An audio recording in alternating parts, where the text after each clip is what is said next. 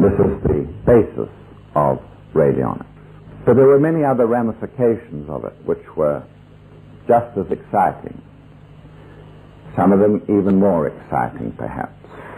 Delaware always said that radionics came too early,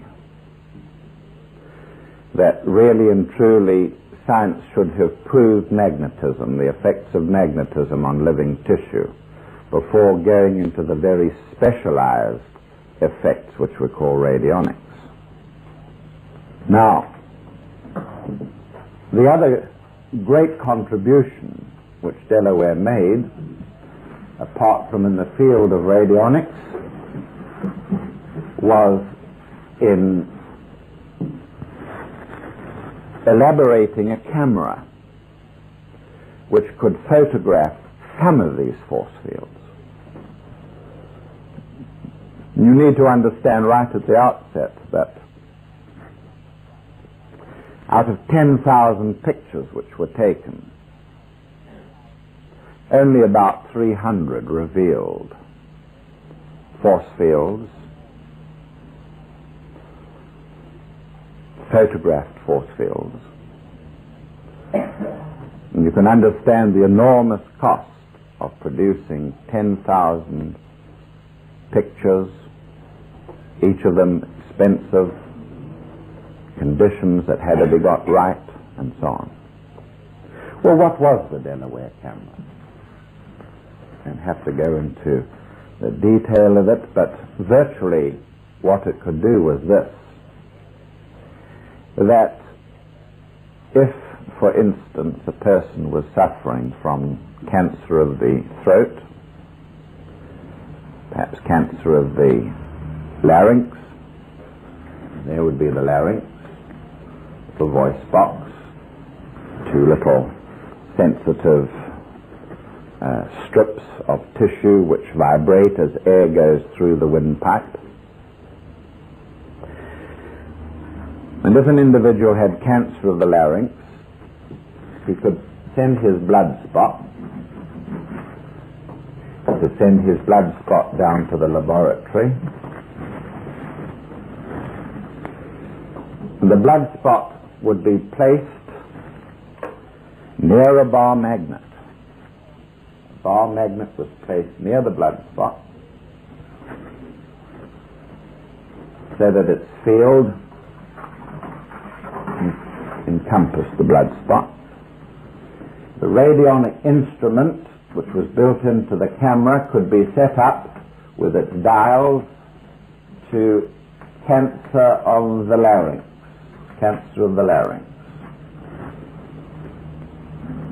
And in occasional instances, it would be possible to put the blood spot in the camera, to set it for cancer of the larynx, and to be able to get a picture of the radionic fields associated with that cancer, though the individual may be thousands of miles away, and from his blood spot only. And so the larynx might show patterns of energy crowding in on it, which could be almost typical of the cancer of the larynx. And to my mind, there's a picture of this in The Jewel and the Lotus, which after all is your set book for teaching. To my mind, the most dramatic picture was that of the blood of a pregnant woman who was in Manchester, 70 miles away, and the camera, the box was set up for 4 months pregnancy. Dials were set, 4 months pregnancy. The blood spot put in the camera whilst the patient was up in Manchester, 60, 70 miles away. And a photograph was taken showing a 4-month-old fetus a very wonderful picture with the degrees of ossification of the bones that you would expect in a 4-month fetus. Various shapes of the tissues being seen present. The great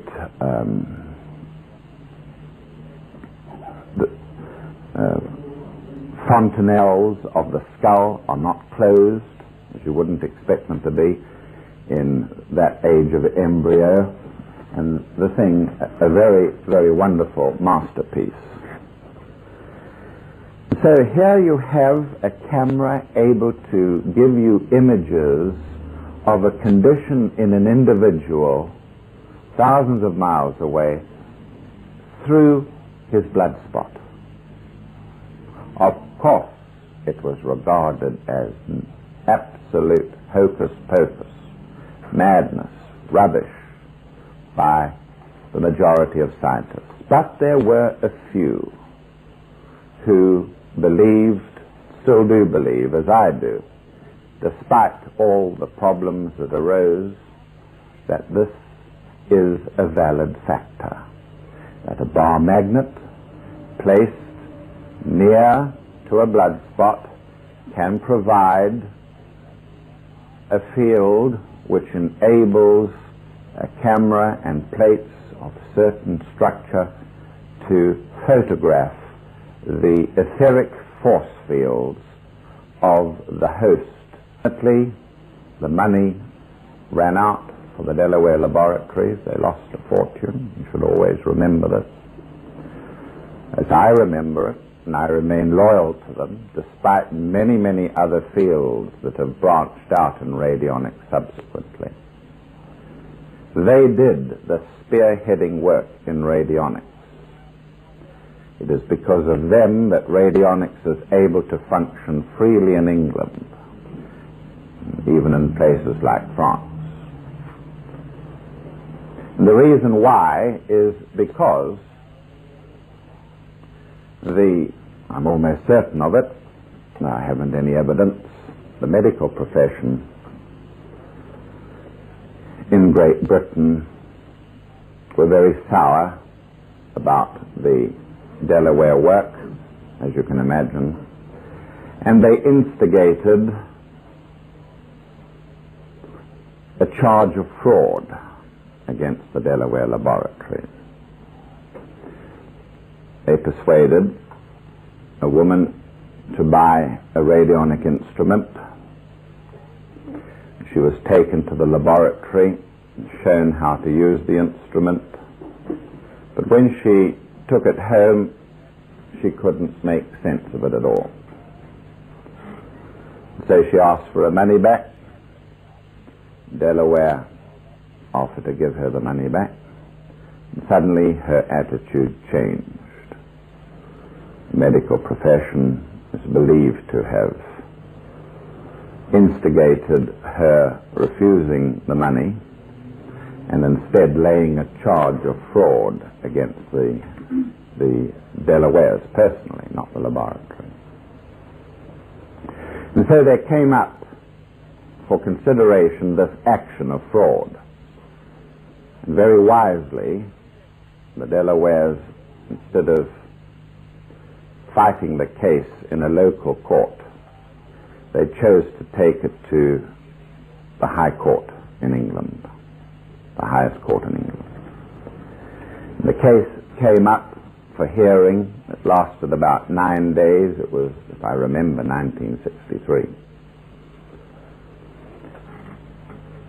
And they chose Christmas Humphreys, the leader of the Buddhist movement in England, as their counselor, Queen's counselor. And he fought the case, and he assembled in the High Court many famous figures in England. People came from all over the world to testify.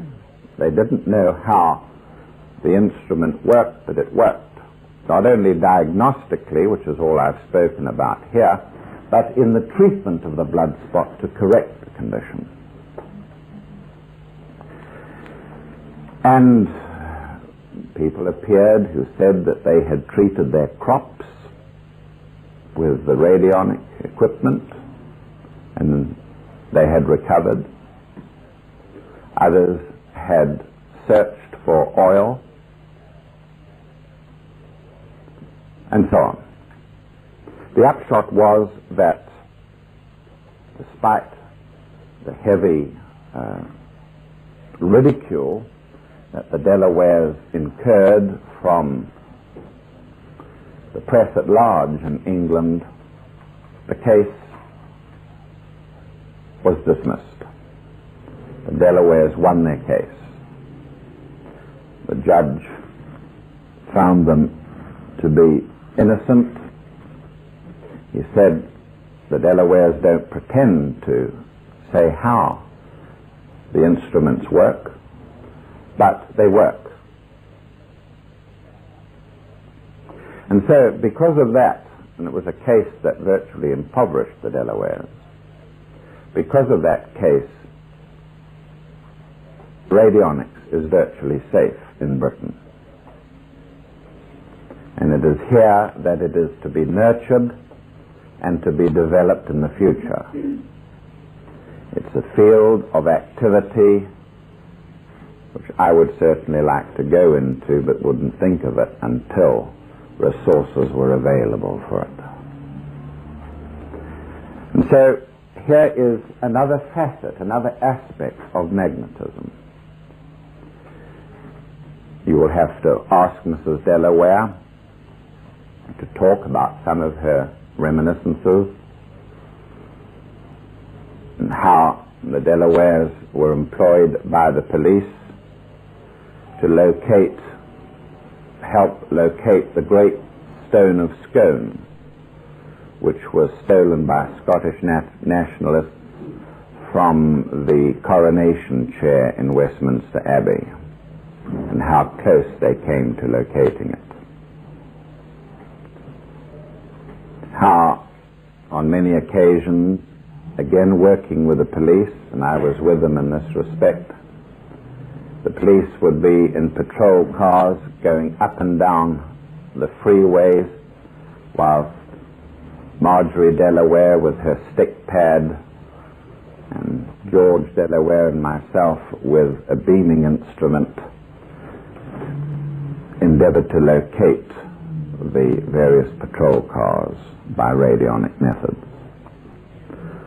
It is a science that has been, as it were, now neglected, mainly through the lack of wherewithal to go on with proper experimental research. So, in the next few days, I will slowly and progressively introduce you to the instruments, show you how I use them, and all you need to remember is, for your course anyway, you can go as far as you like with it, but for your course anyway, that magnetism is an energy about which we know practically nothing. For many years, it's a strange field altogether. For many years in the United States, a single line advertisement appeared in the press. And it read, "He who understands magnetism will conquer the world." That was the only thing in the advertisement. But it was published again and again, many places, all over the United States. I think it was Scott Olson who drew my attention to it. I think that's absolutely true, that he who understands magnetism, by that I mean the effects of the magnetic aura, radionics, biomagnetism as it affects human beings, and so on, could conquer the world. Well, now,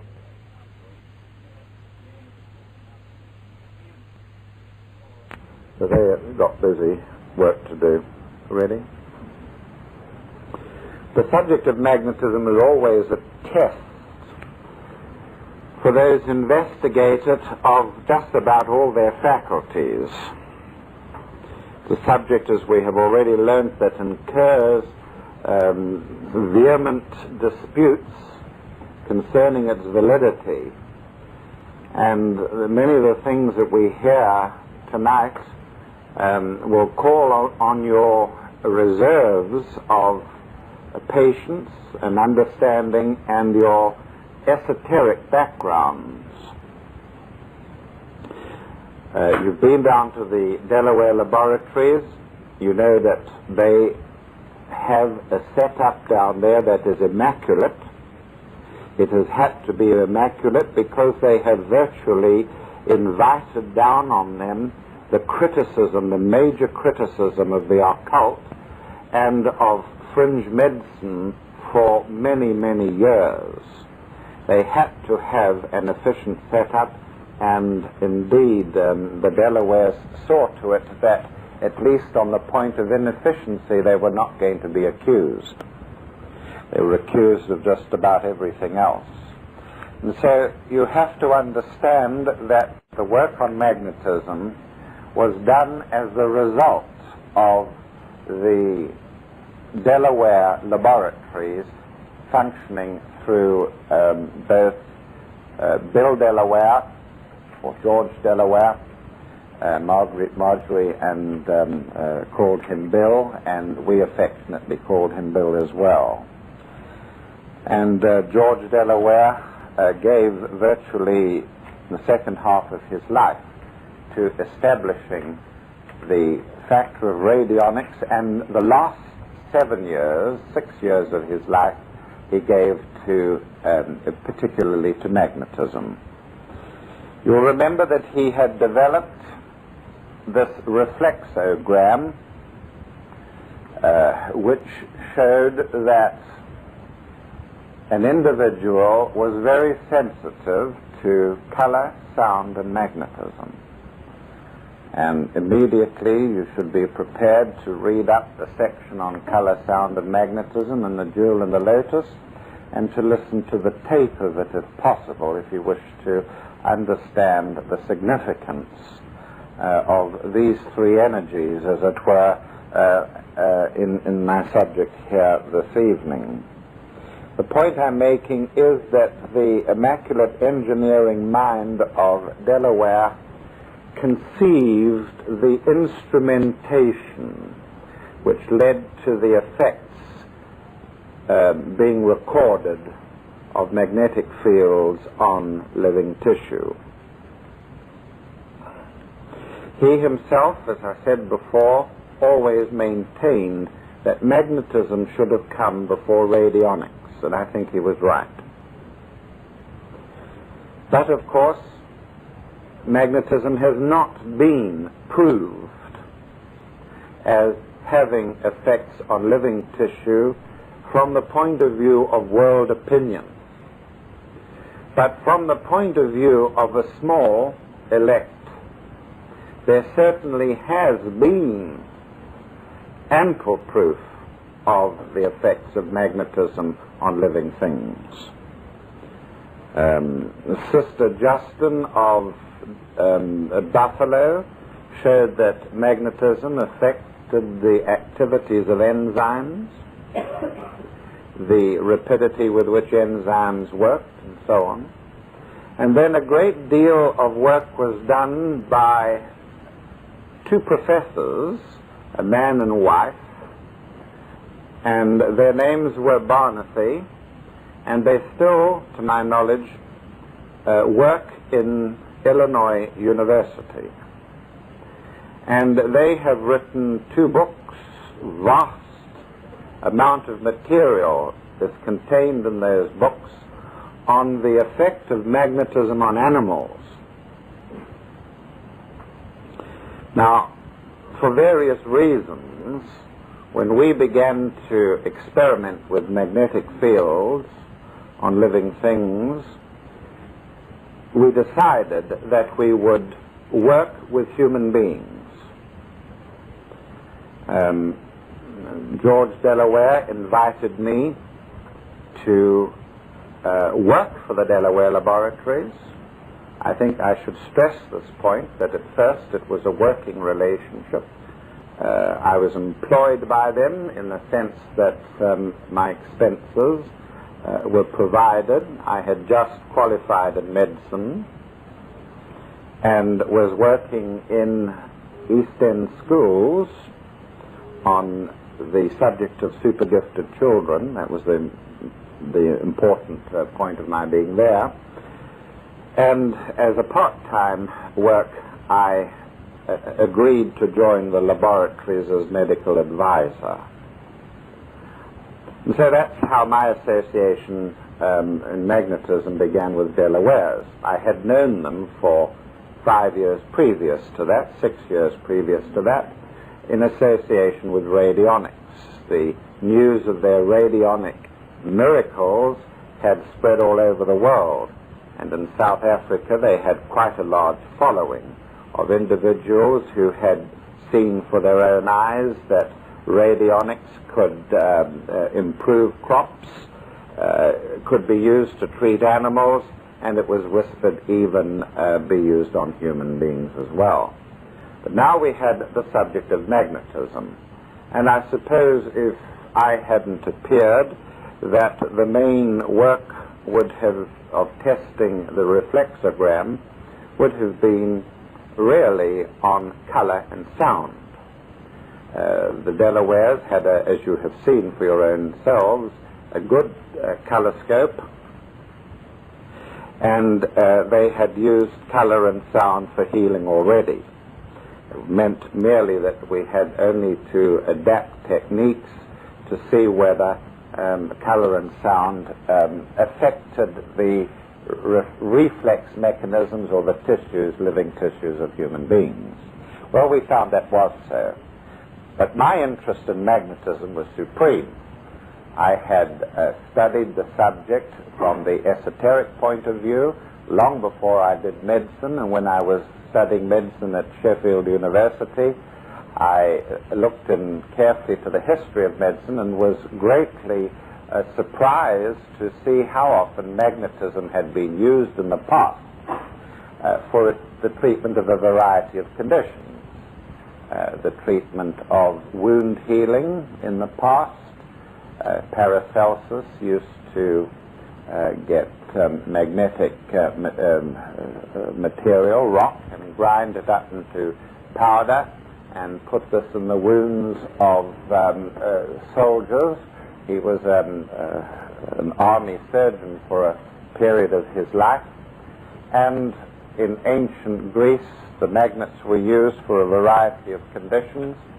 And so I'd made up my mind that when I qualified in medicine that I would do some research onto the effects of magnetism on living things. And with this in mind, I joined the Delaware laboratories.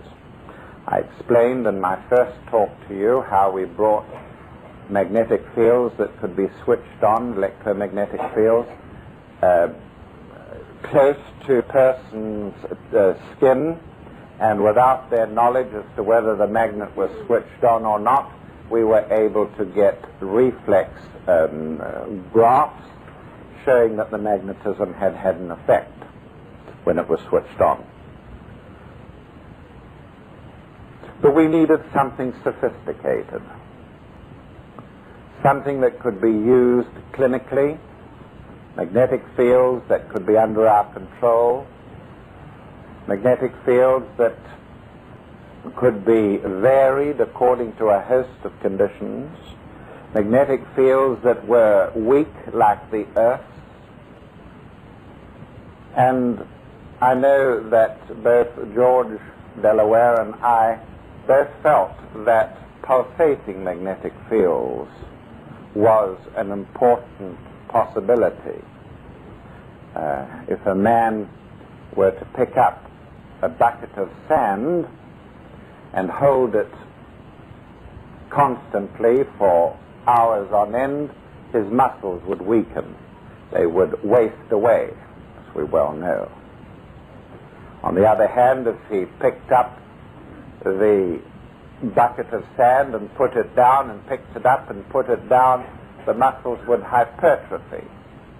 This would be good exercise for him, and health would result. And we felt that the establishment, in the world, that science had been too dogmatic, too rigid in applying magnetic fields. I think it was Edison who had put a boy's head in a magnetic field and had observed no results. But times had changed, and chemistry by the 1960s had reached a high grade of sophistication. Analytical chemistry had changed unimaginably in a few short years. It was now possible to measure the very slightest changes in the human body biochemically. And so we felt that, taking everything into consideration, it would be easiest of all to apply magnetic fields to humans. And apart from this, of course, there was the fact that none of us wanted to inflict unknown forces on animals. We were against vivisection by nature, and none of us wanted to incur the karma of doing this to animals. And so some of the first experimentation, in fact the very first experimentation with magnetic fields, was done on myself. And I was a pioneer, the very first one to be treated. We didn't know how strong the magnetic field should be, how they should pulsate. We didn't know how long to treat. We didn't know what to expect. And this was the sort of crude innocence with which we set out into this completely new field of magnetism. It is surprising that, or perhaps it's not surprising, that there was very little liaison between the various research groups in the world into the subject of magnetism. If they existed, and later we found that there were groups working on magnetism in Japan and in Italy and also in America, if they existed, well, we had their information available to us, so we were really working in the dark. And tomorrow you can ask Mrs. Mosley, who apart from myself probably knows more about the practical application of pulsating magnetic fields than anybody, and what effects they produce, because she survived the whole period that followed 1967, in which we gave 6,000 treatments of magnetism to humans, covering a period of something like 5 years. And so the first attempts at applying magnetic fields were crude. I remember on one occasion, in desperation, we were thinking of tying a bar magnet to a string and swinging it around the subject, so that every now and again the magnet would come near him and then disappear, and come near him and disappear, and so there would be a sort of cyclic application of the magnet. That's the sort of crudeness that we started off with. And then Delaware, with his incredible brilliance, thought up a method of instrumentation that made the whole thing manageable and controllable. And what he did was to use a tape deck. He used a tape deck, an ordinary, simple tape deck. And he realized that it would be possible to turn a tape deck into an oscillator, Now, we all know what alternating current is, because when we plug something into the wall of our homes, we get alternating current straight from that socket. It alternates at between 50 and 60 cycles a second. There is a north-south alternation of the current from a north-seeking pole to a south-seeking pole 50 times to 60 times a second. At, in America, 110 volts, I think, and in England, 220 volts. And it would have been possible, and in fact we did use it later, to take current straight off the wall and make solenoids out of the source of energy. And in fact, whilst we're playing, have you got a socket here, Susan? Socket on the wall, or are you using them both? All the sockets are being used. Well, if there is a socket free, I'm going to ask Lee to bring in from the clinic one of the long leaded solenoids so that we can show the audience how a solenoid works. So it would be possible to take a lead from the wall and pass the wire thousands of times around an air core and take it back, negative and positive, to the wall, and you would have a magnetic field. A magnetic field. Take your negative lead and insulating it carefully, wire it around and around and around, and you would end up with an air-cored solenoid. And we will later demonstrate such an air-cored solenoid to you, which can be plugged straight into the wall, which will produce quite safely with 220 volts both a magnetic field alternating at 50 to 60 cycles, and I need a little bar magnet. Where is Betty? The most important person's not here. Get her. The backroom girl does all the hard work and hides away when she's entitled to some credit. And so it is possible to get air-cored solenoids quite easily off the wall, socket in the wall, which provide warmth, safe warmth, and a very powerful magnetic field, as we'll see in a moment. But we were looking for something more than this, because the mind of Delaware was always oriented towards radionics. And how to fit radionics into the world, how to get science to look at it. For many years, there was a chance of a breakthrough. He really believed in what he was doing, and there was a chance of a breakthrough, and he believed that the breakthrough would come.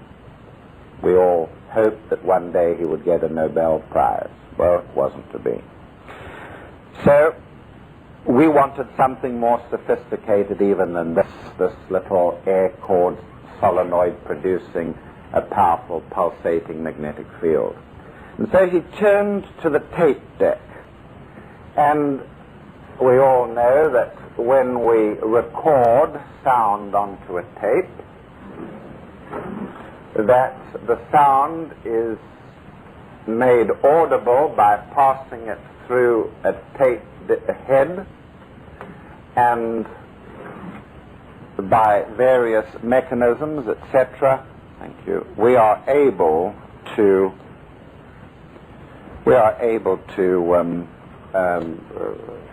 hear the sound. But in the first place, the sound is placed in frequencies onto the tape.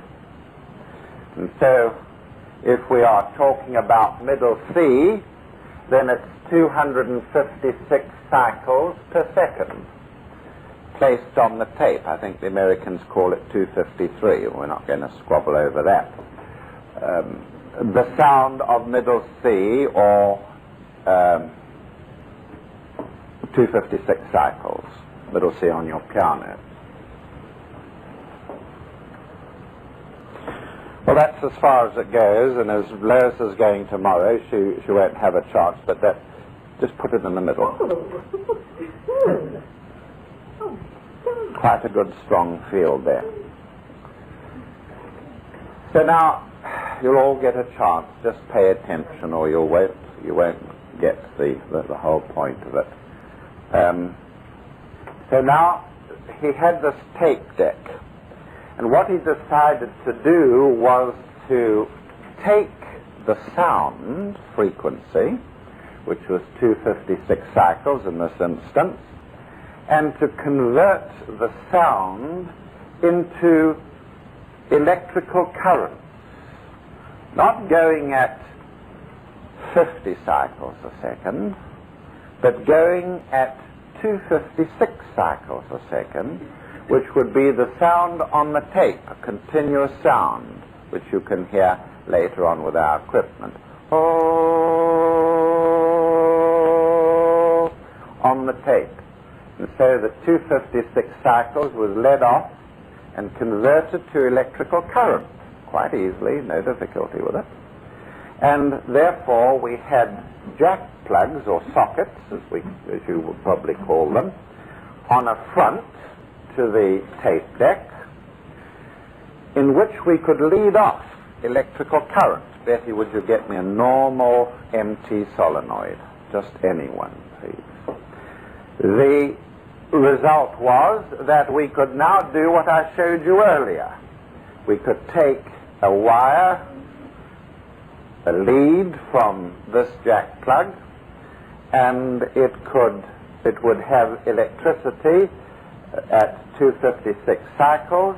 We could make an air-cored solenoid out of it and take it back again. And that would give us a magnetic field pulsating at 256 cycles a second, or any sound we cared to put on the tape. Any sound we cared to put on the tape. So we would be able to select the magnetic fields.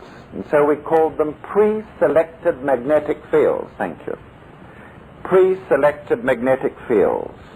So here we have a jack plug, as we call it, which goes into the front of the machine, and coming out of it is electrical, or coming into the solenoid is electrical current going at whatever frequency we want. It could go from a frequency from right the way up to 800 and 900 cycles a second, covering the whole range of the human voice box. And this is essentially what we wanted to do, was to keep the magnetic fields always within human manifestations, the sort of life effects of humans. This is what we wanted to have our magnetic fields in terms of. And so now we had an instrument which would enable us to tap off 6, 7, 8 magnetic fields. Would you like to get us an extension box, Betty, somewhere? By various other devices, we were able to get extension boxes made so that we could have 16 solenoids, or 20, or 30 solenoids. We had a second machine, we might even get 50 solenoids. What on earth would we want 50 solenoids for? The answer was that some nerve conditions, like disseminated sclerosis, I think you call it multiple sclerosis in America, which required treatment of solenoids being placed right down the spine, down in the sciatic nerve as far as the calves. And so we, in fact, treated several of these cases, and Mrs. Mosley has brought here, no, that's not, that's just the extension box with the solenoids only. It's a little lightweight one. These were some of the things that we made. I'll talk about this.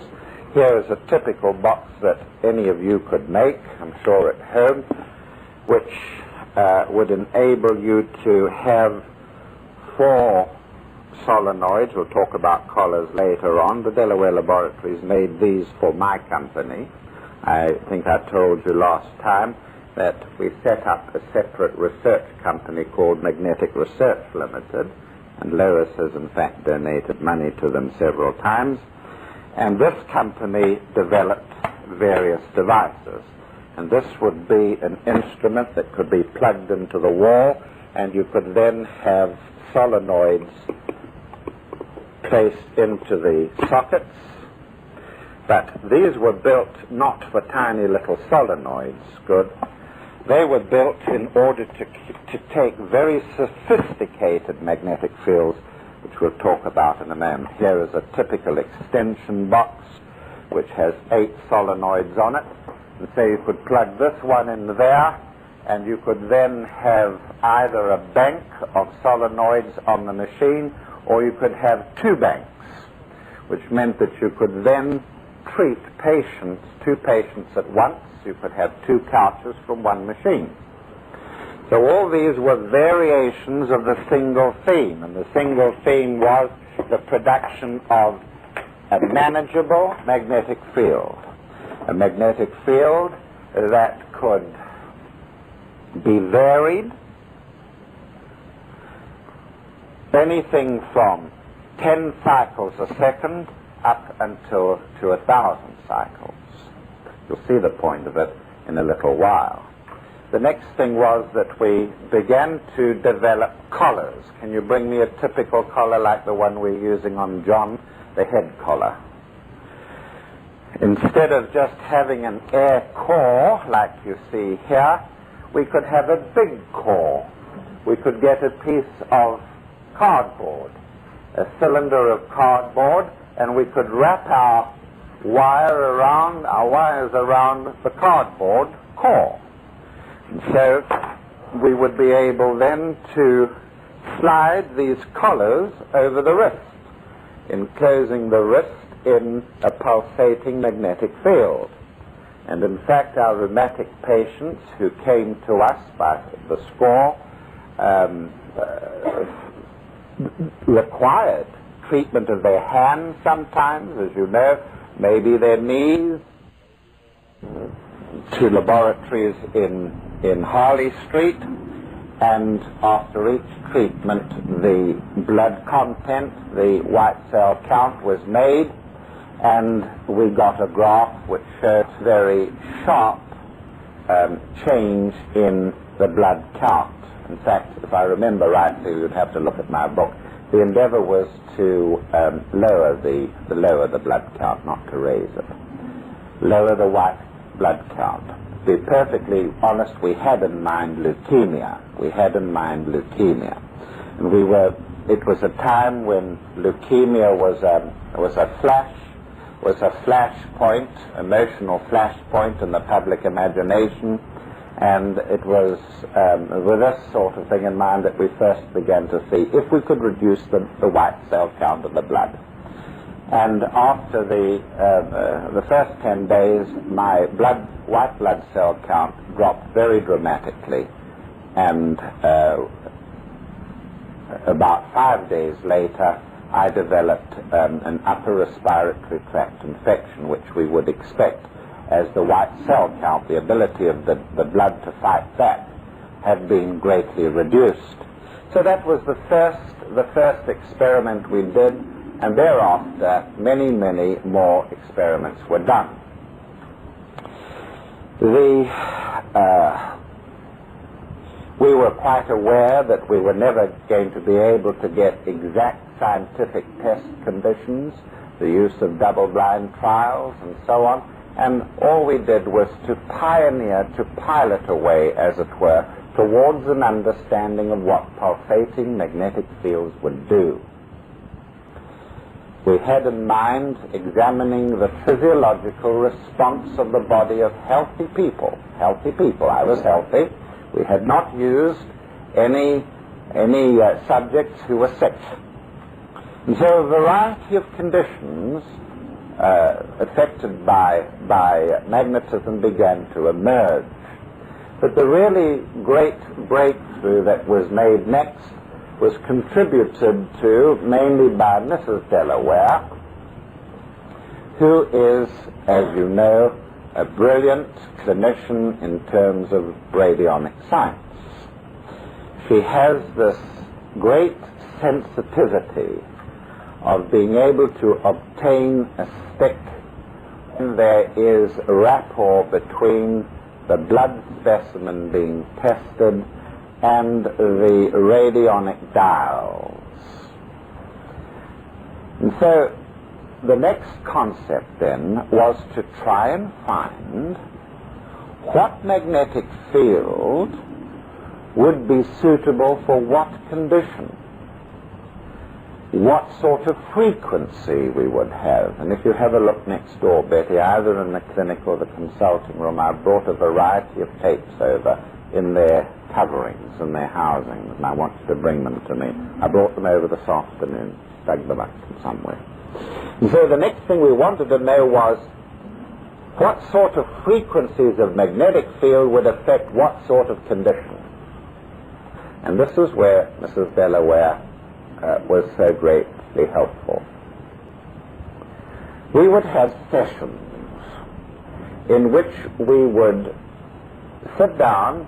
I think it was Corte, Mrs. Delaware, and Bill and myself, and if there was any other clinician there as well.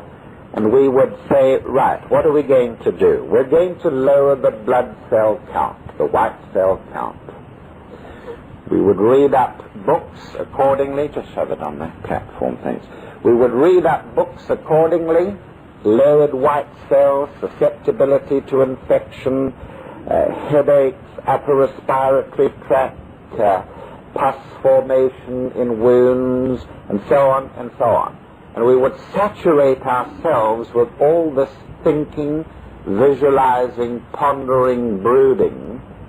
And then, when we were ready for it, Mrs. Delaware would start to work on an oscillator. They had an oscillator there that could produce a sound that went from oh all the way up the whole range. And as she went, as the sound increased in frequency, she was following the stick pad with it, and she would get periodic sticks for frequencies. This was the frequency for the lowered white cell count, because we had visualized it, we had pondered, we had created the atmosphere for it, and she was sensitive to this.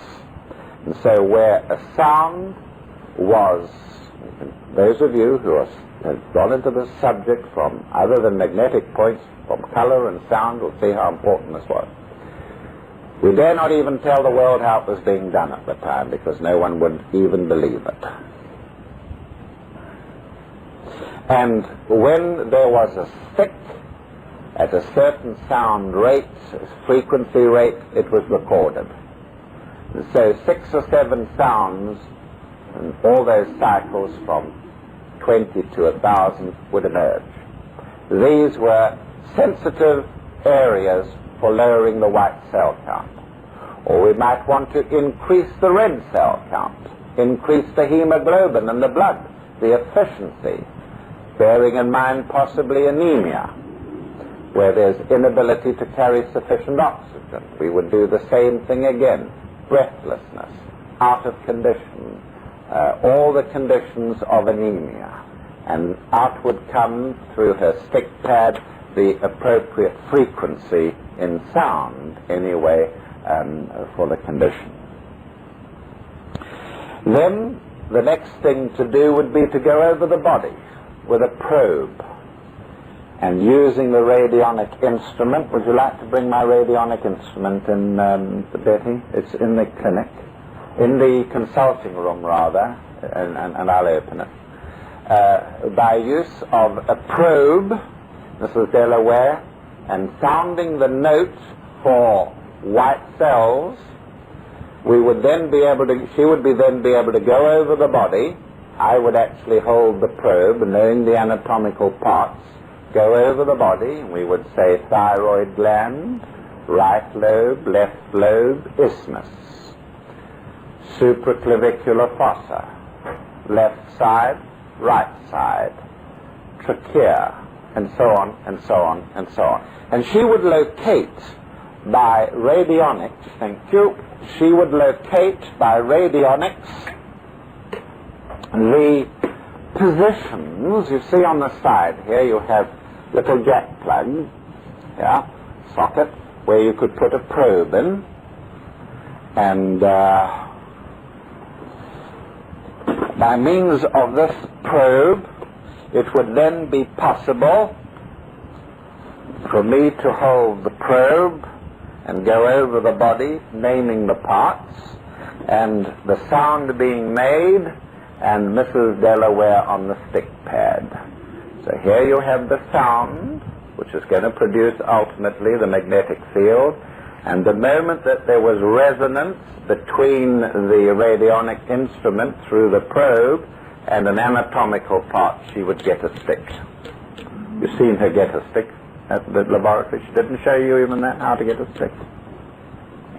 Well, so here was what Bill had hoped for, that by combining the radionic diagnostic instrument with the magnetic fields, we would be able to elaborate sophisticated, controllable, pulsating magnetic fields which we could apply wherever we wished, sites on the body chosen.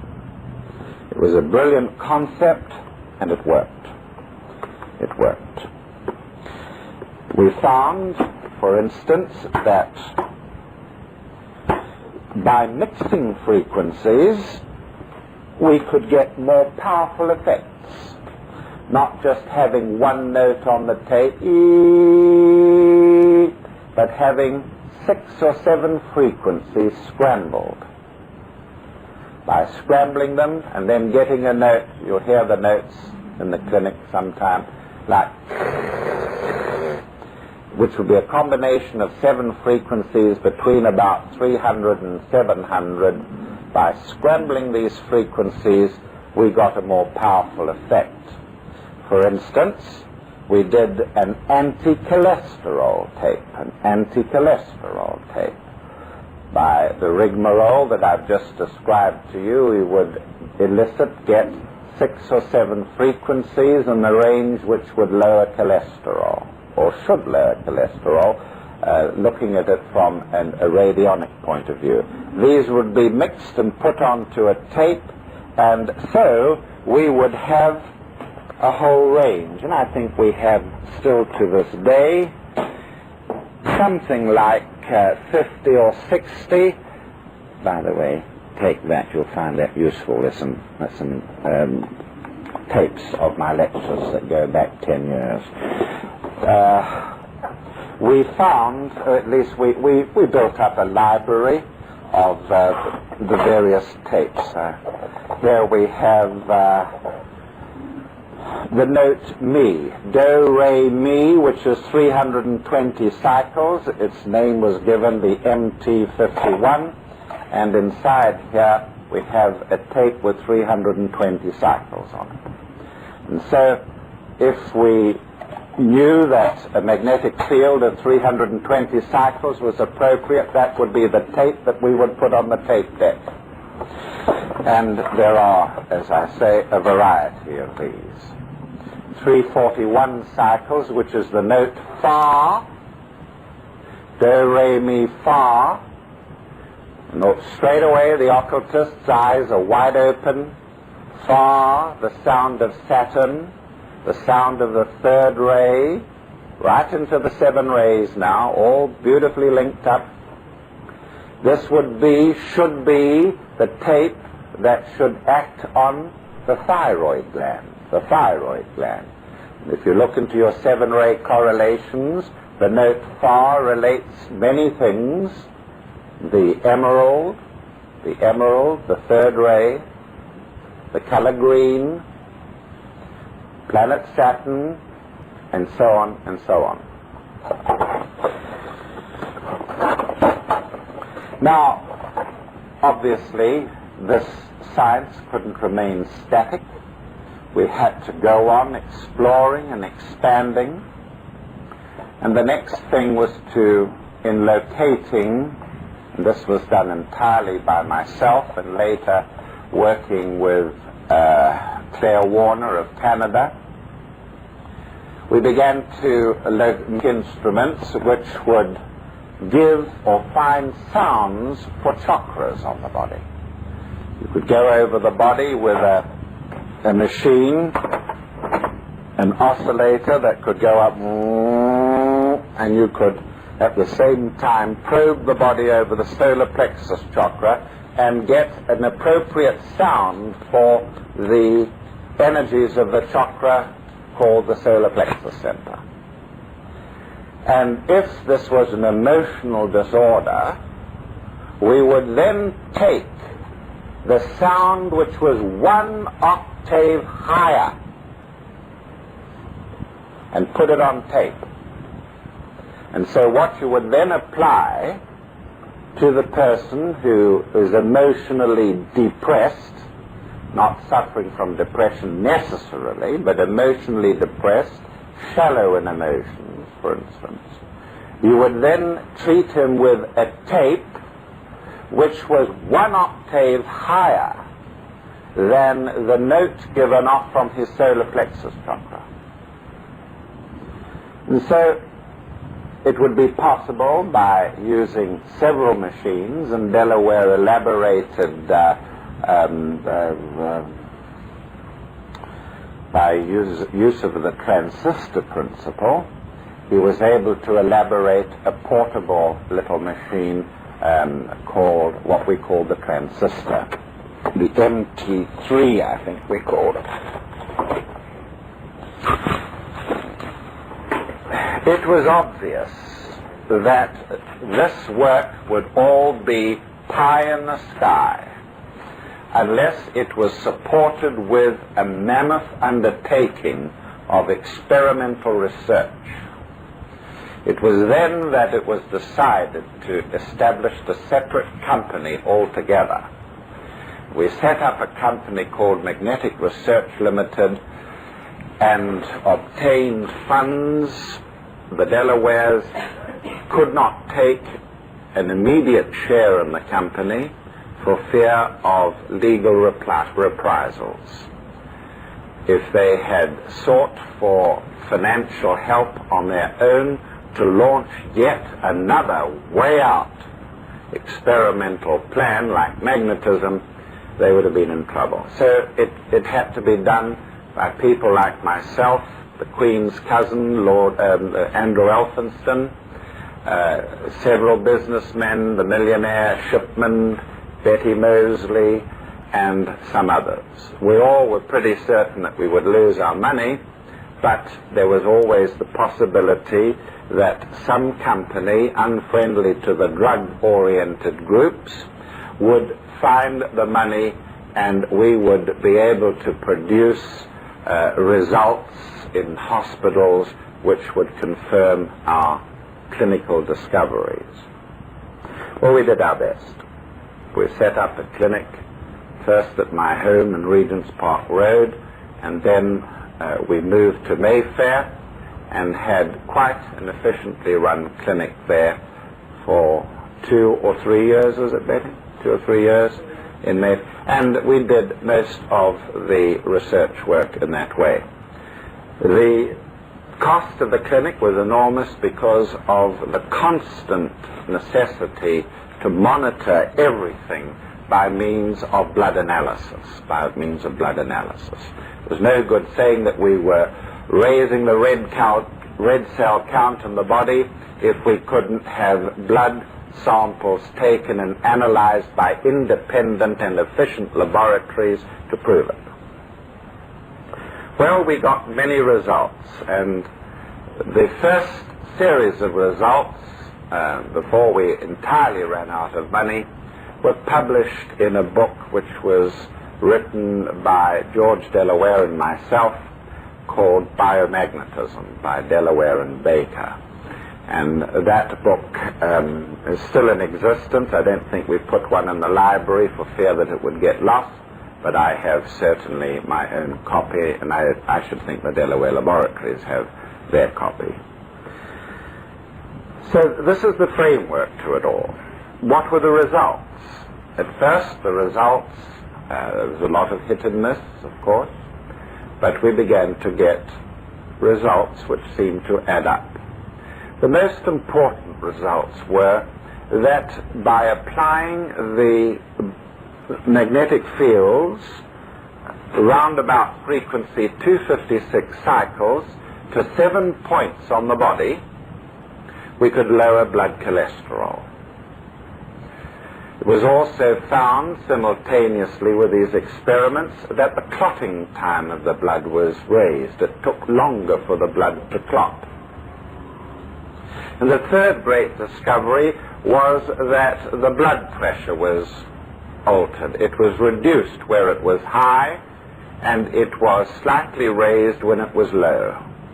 And so the effect we maintain of the magnetic field was to produce a averaging and a moderating influence on the blood pressure. Of course, these three factors are the very factors which are required as treatment for a post-coronary condition. The three things that the doctors are concerned with anybody who is likely to have a coronary or has had one, that is, a clot or a piece of material forming in the coronary artery supplying the blood with the heart muscle with blood.